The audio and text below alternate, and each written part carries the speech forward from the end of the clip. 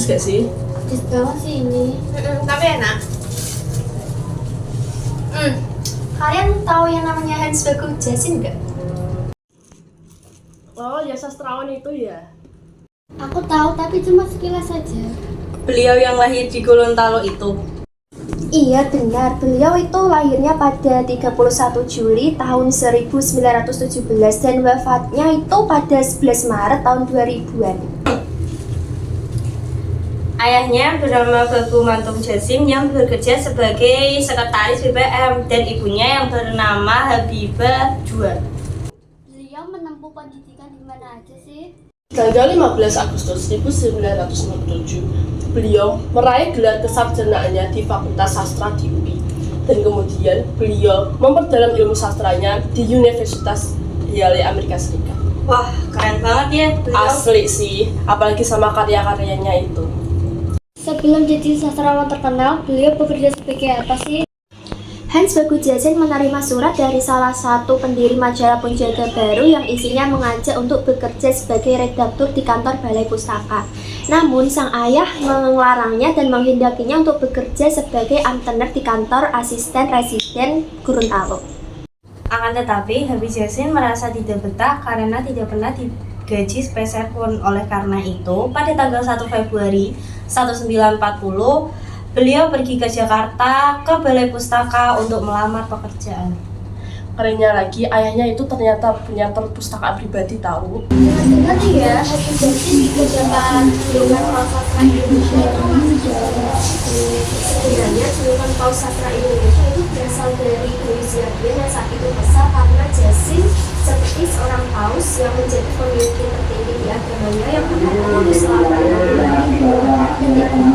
katanya juga di setiap kemasan Jasin yang sering menyebut-nyebutkan karyanya dan penulis yang ada suatu kehidupan. Apabila ada karya pengarang baru yang luas dan dinyatakan baik oleh Jasin, semua orang akan mengagumi. Itulah mengapa Jasin dikatakan layaknya seorang paus sastra Indonesia. Oh, Itu ya. Selama di Medan juga, Jasin mendapatkan banyak pengalaman baru tahu, antara lain bertemu dengan penyair Syahrir Anwar pada perkumpulan pecinta bahasa dan olahraga. Sosok Syahril sudah dikenal sebagai penulis cerita dan pengasuh majalah dinding di sekolahnya. Pengalaman berharga lainnya tuh kayak perjumpaan wartawan terkemuka Andi Negoro yang kala menjadi titik balik penting dalam rintisan karir Jasin sebagai Kartitus sastra. Kritikus sastra.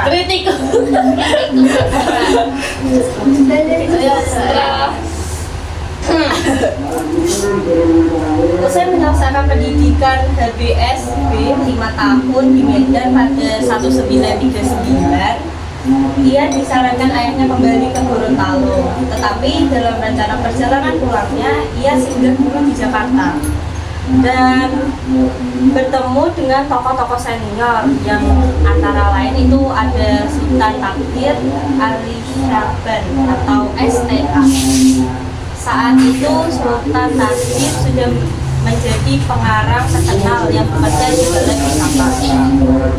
Jasin sempat berbicara dan diskusi intens dengan STA. Perkenalan tersebut berlanjut setelah STA berkenan, namun sayangnya Jasin harus kembali ke Gorontalo atas permintaan sang ayah. Pada tahun 1947, Jasin berhenti dari Balai Pustaka, namun masih melanjutkan perjalanan di bidang sastra dan kebudayaannya. Oh begitu ya. jadi dia tuh temennya Syahrir Anwar ya. Terus dia ketemu sama STA itu. Kita mau tanya nih, pengalaman kerja beliau ini tuh ada apa aja sih selain bekerja di kantor asisten residen Gorontalo sama di Balai Pustaka? Pengalamannya dia setahu aku itu dari artikel ini tuh beliau ini selain bekerja di sana, beliau pernah juga jadi pegawai kantor di redaktur Penjaga Baru pada tahun 1940 sampai 1943. terus dipanji pustaka pada tahun 1942 sampai 1945, terus di Pancaraya pada tahun 1945 sampai 1940, lalu di Indonesia pada tahun 1947 sampai 1956, terus majalah Zenit pada tahun 1951 sampai 1955, terus di Bahasa dan Budaya juga pada tahun 1953 sampai 1963. Nah, beliau ini juga itu pernah jadi dosen di Fakultas Sastra UI pada tahun 1953 sampai 1959. Beliau juga pernah jadi pegawai di Lembaga Bahasa Nasional yang sekarang bisa disebut juga dengan Pusat Pembinaan dan Pengembangan Bahasa di Departemen Medan pada tahun 1954 sampai 1960. Oh gitu, banyak banget ya pengalaman kerja beliau. Kira-kira gimana sih cara lebih Jasin memahami betul masing-masing karakter penulis dengan sastrawan itu? Aku mau menjawabnya. Yang aku tahu dari artikel ensiklopedia nih, kalau Habib Jasin ini memberanikan diri membuat Makan ya. memberanikan diri membuat penggolongan para pengarang berdasarkan angkatan yang kemudian dikenal dengan angkatan Pujangga Baru atau angkatan 45 dan angkatan 66. Habib Jasin ini sendiri masuk dalam kategori angkatan Pujangga Baru, yaitu merupakan nama yang diberikan pada sejumlah pengarang yang menulis puisi, cerita pendek, roman drama, esai, kritik sastra, dan telaah kebudayaan yang karyanya terbit sebelum era kemerdekaan. Sebagian besar karya-karya tersebut diterbitkan di majalah Pujangga Baru yang terbit pada tanggal 29 Juli 1930. Aku juga mau nambahin nih, Habib Jasin menyimpan berbagai tulisan baik yang dimuat di majalah, surat kabar, media cetak lain atas jasa Gubernur Provinsi DKI Ali Sadikin. Semua dokumen dan koleksi sastra Habib Jasin mendapat tempat di salah satu era di Pusat Kesenian Jakarta, Taman Ismail Marzuki atau PKJ-TIM, yang kemudian dikenal sebagai Pusat Dokumentasi Sastra Habib Jasin. Pada tanggal 28 Juli 1976 pula, Yayasan Dokumen Sastra Habib Jasin berdiri resmi berdasarkan Akta Notaris nomor 62, sehingga semua koleksi sastra yang terbesar di beberapa tempat dipindahkan ke PKJ-TIM. Pada tahun 1960-an, Habib Jasin tercatat sebagai salah satu perumus naskah bersama seniman budayawan dan pergerakan budaya pada tahun 1963. Manifest kebudayaan menekankan pentingnya menegakkan Pancasila sebagai falsafah kebudayaan nasional, di mana humanisme kultural harus diperjuangkan. Maljur dan Ismail 1661 sampai 162. Keterlibatan Habib Jasin dalam manifestasi kebudayaan berdampak terhadap karirnya sebagai dosen di Fakultas Sastra Universitas Indonesia. Ia diberhentikan karena dianggap bertentangan dengan semangat lembaga kebudayaan rakyat atau LEKRA. Namun terhitung sejak tahun 1973 ia kembali mengajar dari tercatat sebagai lektor, tetapi pada perguruan tinggi yang sama dengan Pens. Oh tuh, lama banget ya ternyata. Coba. Hai. Terus kita mau nambahin apa itu? Terus aku juga baru tahu ya, sebelum beliau meninggal itu beliau baru mau mendirikan dokumen sastra ini, tapi sudah meninggal di umur 82 tahun. Pada tanggal 11 Maret tahun 2000 meninggalnya itu beliau dikarenakan mengalami stroke sehingga Wah, kasihan banget. Dia tuh mau mendirikan lembaga apa itu dokumen sastra itu, terus malah meninggal. Jadi dulu sama kok gini?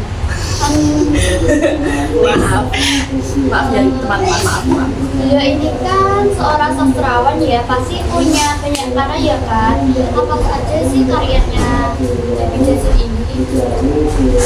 Karya-karya Habib Jazil aku Ya terkenal itu loh. aku pernah baca nih ya dari artikel itu. Habib Jazil pernah nulis buku judulnya Angkatan 45, ditulis pada tahun 1941. Dalam buku ini ia menyoroti Angkatan 45 yang dianggap sebagai periode penting dalam perkembangan sastra Indonesia. Ada juga Diva Penyair dan daerahnya yang terbit pada tahun 1952. Terus ada juga Kesusastraan Indonesia Modern dalam Kritik dan Esai jilid 1 sampai 4 pada tahun 1954, 1997 dan edisi baru 1945. Terus ada juga Kesusastraan Dunia dalam Terjemahan Indonesia pada tahun 1966. Terus ada juga Heboh Sastra 1968, ada juga Suatu Pertanggungjawaban pada tahun 1970.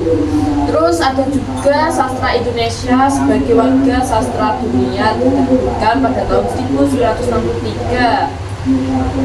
Ada juga Pengarang Indonesia dan Dunia pada tahun 1963. Terus juga ada surat-surat pada tahun 1963 sampai 1983 diterbitkan pada tahun 1984.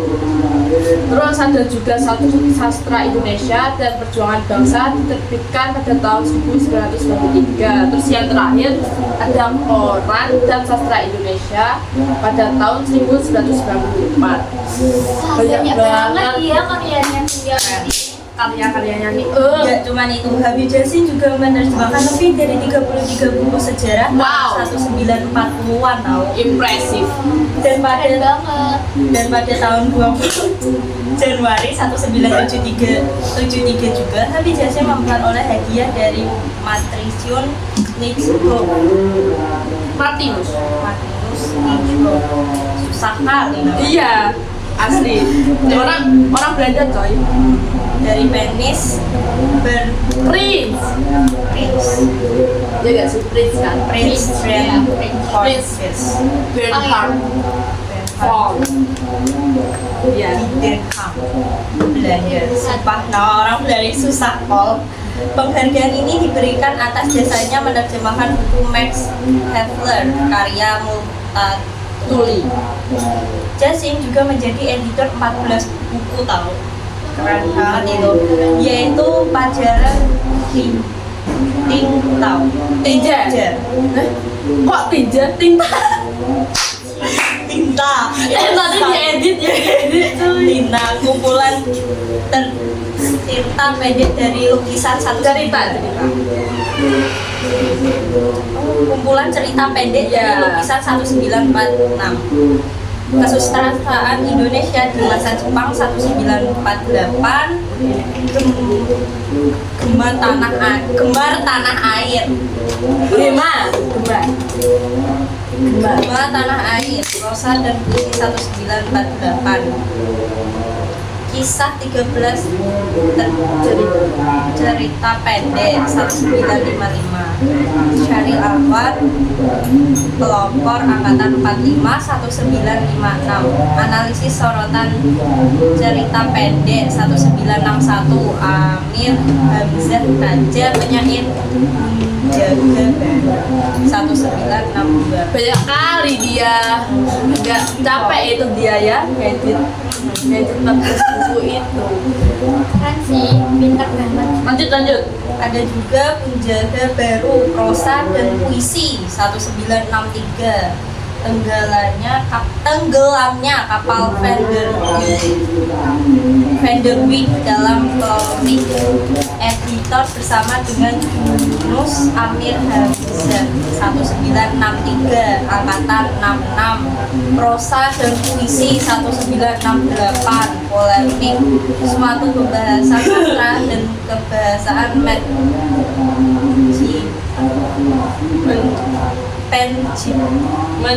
mencipta kayaknya ya, berhadapan dengan undang-undang dan agama, kumpulan esai yang diterbitkan di Kuala Lumpur pada tahun 1972. Kontroversi Al-Quran berwajah puisi 1995, Al-Quran berwajah puisi 1997, dan kontroversi Al-Quran Karim bacaan mulia 2001, Sofian 2020. banyak Banyak ya Allah. Susah-susah namanya ya, bos, ya Allah. Soalnya dari belajar. ya terus ini kan bahasa Indonesianya tuh bahasa Indonesia apa ya? Akhirnya kayak bahasa Indonesia apa ya? Anak Bahasa yang diterjemahkan ini orang bahasa apa sih ya? Kan ini kan cerita kalau TJ Bahasa yang sebelum itu ya. sebelum bahasa Indonesia. Iya, sebelum deklarasi iya bro. Kamu juga mau tanya nih, apa benar Nabi Jasin itu pernah terlibat dalam kasus cerpen yang dibuatnya itu ada kaitannya dengan penghinaan agama ya? Iya betul sekali. Parah bisa itu gimana sih? Dulu tuh sampai viral bro. Kok bisa sih gitu? Dia tuh dituduh kayak gitu. Pada tahun 1970 Ayo guys, belibet. bacanya susah mbak. Iya ini kenapa aku kok Kayaknya nggak beli bisa. satu itu karena aku habis makan ini pentol wanto. Kalian jangan lupa makan pentol wanto ya. Ini enak banget khususnya yang daerah Juanda. Ya, jadi itu sih. Mak kemarin dikasih gajian besar. Kembali Kembali ke topik dong. ya, di artikel yang aku baca nih pada tahun 1970, Jasin ini pernah diajukan ke pengadilan dan dijatuhi hukuman bersyarat 1 tahun penjara dengan masa percobaan 2 tahun. Terus beliau dituduh menghina agama Islam karena bertanggung jawab membuat cerpen Ki Panji Kusmi yang Langit Makin Mendung dalam majalah sastra Agustus pada tahun 1998. Pledoi-nya yang berjudul Pembelaan Imajinasi merupakan salah satu dokumen historis terpenting mengenai sastra Indonesia. Selain itu, karena ikut menandatangani manifest kebudayaan, ia dipecat dari Fakultas Sastra Universitas Indonesia tahun 1965 atau beberapa bulan sebelum G30 PKI itu. Kok pas banget dulu sampai dipecat dia. Parah gitu ya Allah. Tapi dia juga salah sih ya. Terus aku mau nanya nih, ada apa aja sih jasa yang sudah dibuat oleh Ibu Jasin itu? Aku mikir dulu ya, ini mikir dulu mana ya? Aku tuh pernah merangkum ini jadi misalnya aku fans bulan tuh Iya. formalitas ya nanti dikatain ya Karena tugas.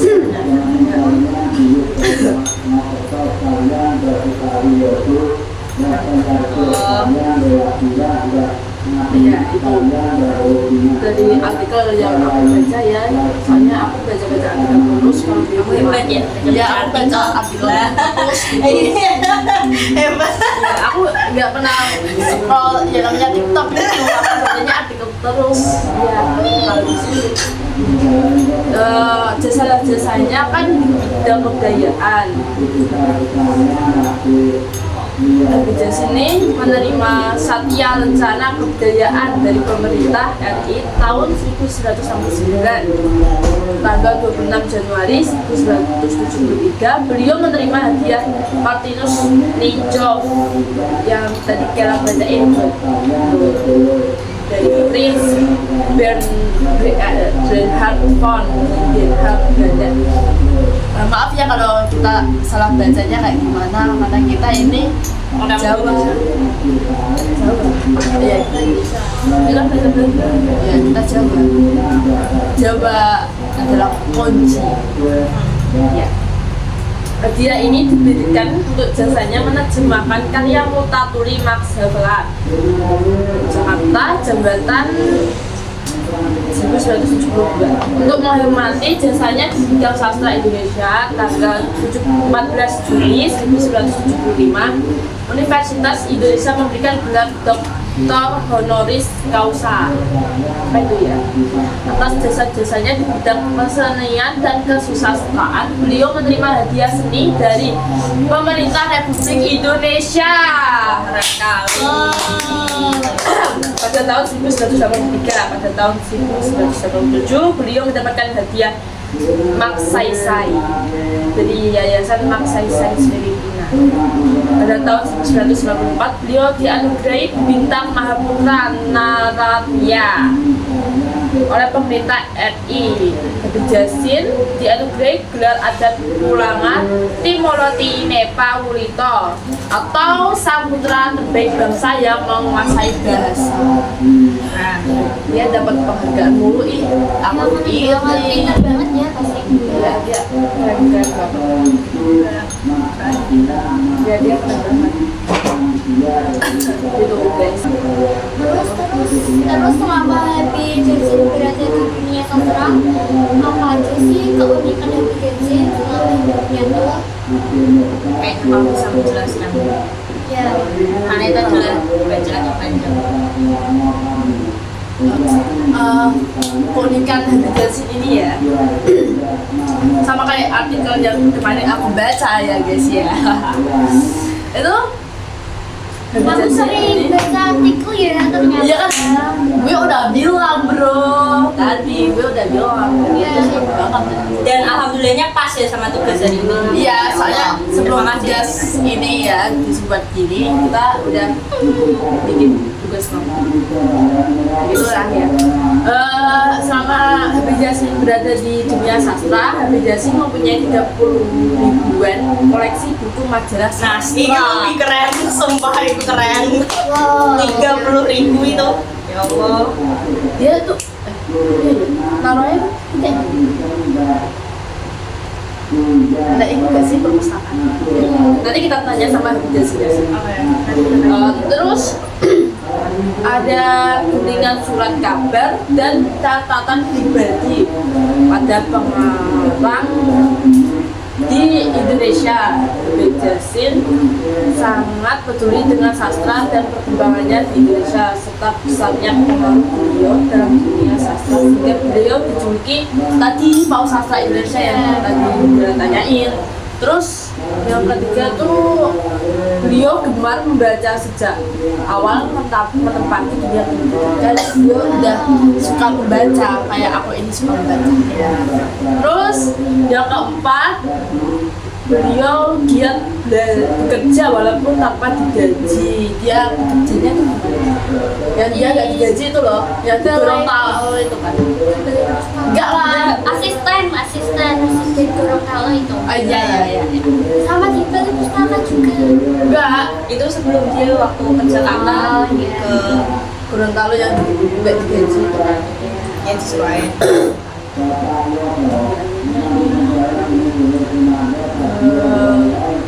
Gimana ya? Iya. Mau kerja kok gak digaji itu loh. Beliau ini nggak digaji, terus beliau selalu memanfaatkan waktu dan kesempatan untuk belajar. Dia bekerja tuh sambil belajar. Wow. Ini dibuktikan beliau mempelajari cara membuat dokumentasi yang baik semasa bekerja di kantor ini guys, di kantor asisten Gorontalo gitu, tandain ya nggak digaji ya. Terus selanjutnya menjadi redaktur di beberapa kantor majalah. Dia di kantor majalahnya banyak banget. Sabik Jazin merupakan sastrawan yang produktif dalam menghasilkan karya sastra, lebih banyak menulis dan sangat berhati-hati ketika berbicara. Kehati-hatiannya ini membuat dia kadang menolak ketika didaulat untuk berbicara di depan publik pada kegiatan-kegiatan resmi seperti seminar atau simposium. Tawaran untuk dia agar tampilan sebagai pembicara pasti akan bertambahnya jika sadar bahwa ujung-ujungnya akan menghasilkan sebuah perdebatan. Dan terakhir ini, beliau teguh dalam pendirian, tidak ingin mengungkapkan jati diri Ki Panji Kusmin dalam karyanya yang berjudul Panji Kusmin Langit Makin Mendung. Walaupun harus menjalani hukuman penjara tadi, dia ini teguh pendiriannya sampai dia jadi hukuman penjara tadi. Kasian banget. Kerja sih sambil belajar. Kita belajar itu makan. Ya, kita belajar sambil makan. 90% kita 90% kita makan, 10% kita belajar. Apalagi kerjanya itu nggak digaji ya. Iya. Kalau kita yang nggak digaji, pasti kita yang muring-muring. Muring langsung resign. Jasanya Habib Jazin banyak juga ternyata. Banyak Ya, banget, Pol. apalagi tuh dalam perkembangan sastra Indonesia-nya ya, karena kegiatan menulis kisahnya dan kritik sastranya sebagai seorang kritikus. Habib Jazin juga adalah orang pertama yang membela Khairil Anwar sebanyak itu. Hal ini dilakukan pada tahun 1996 dan saat itu Khairil Anwar ini tuh dituduh sebagai plagiat melalui buku Khairil Anwar penyair angkatan 45. Parah banget. Plagiat itu parah, Pol. Jadi dia apa ini Oh kesimpulan? iya, jadi kesimpulan pembahasan ini tuh Habib Jazin tuh benar-benar keren banget beliau. Meninggalkan banyak warisan yang keren-keren banget dalam dunia sastra Indonesia. Terus dengan kritik sastranya yang tajam dan pandangannya yang berani, dia membantu untuk membentuk citra sastra Indonesia yang kompleks dan matang meskipun kehidupannya singkat. Kontribusi beliau berpengaruh sampai saat ini. Sikap semangat dan pemberani ini itu belajar juga merupakan keteladanan yang dapat diteladani dari Habib Jazin. Banyak banget sikap yang diteladani dari Jazin. Banyak yang dipelajari juga pastinya. Iya. Jangan nadani seperti sikap kita ini ya sambil makan. Iya, harusnya tuh bekerja sambil belajar, bukan makan sambil belajar. Tapi kalau nggak makan, nggak bisa belajar. Iya, kalau lapar terus belajar kan nanti gak fokus. Tapi nanti kalau habis makan terus kenyang terus kita tidur jadi belajar. Iya, masuk akal. Iya, akal. Itu tuh harus belajar sama Jazin, tapi dia udah punya. Ya, dan dia mau buat yayasan itu kan.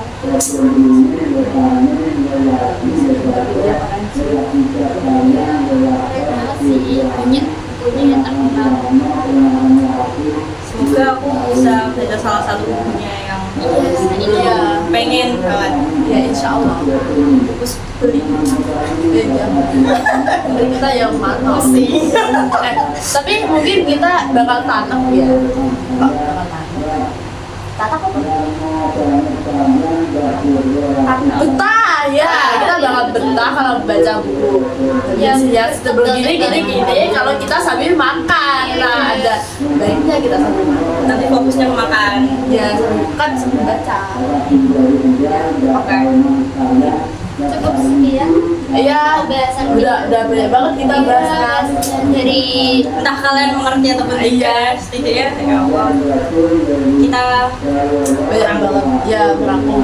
Mungkin kita masih banyak yang beribet, terus ada yang salah. Mungkin kalau teman-teman mau melihat secara jelas gimana apa aja yang kita bicarain, nanti DM kita ya. Pasti kita bareng, sebenarnya nggak pernah sama. Ya, karena kita ngomongnya belibet. sorry ya guys, kita Belibet. ngomongnya belibet. Iya, karena banyak bahasa asing. Iya, Nah, susah susah tadi nama-nama orang-orang Belanda. Belanda temennya. Poli. Iya, baca. Impor pen. Ikut Jepang ya? Strict Martinus. Timor. Iya, ini yang gak pantut ini. Ya kalau sambil makan nanti kita gampang lupa, kalau belajar sambil makan gampang lupa. Jangan contoh ya guys, kita yang belajar sambil makan ini. Harusnya belajar itu sungguh-sungguh, nggak sambil makan atau Iya. sambil gitu guys. Masuk akal. Itu ya guys, pembahasan Terima kita. kasih sudah mau mendengar. Kalau misal salah, ada informasi yang salah, maaf, karena keseluruhan kami ambilnya hampir dari Wikipedia. Kalau misal salah, ya salahkan Wikipedia. Kita ini referensinya dari YouTube ya, yang pertama dari YouTube, terus yang kedua Wikipedia, ensiklopedia, terus ada yang di paket. Dan ya, sekian kita udah capek banget, makanan kita juga udah habis. Bye bye.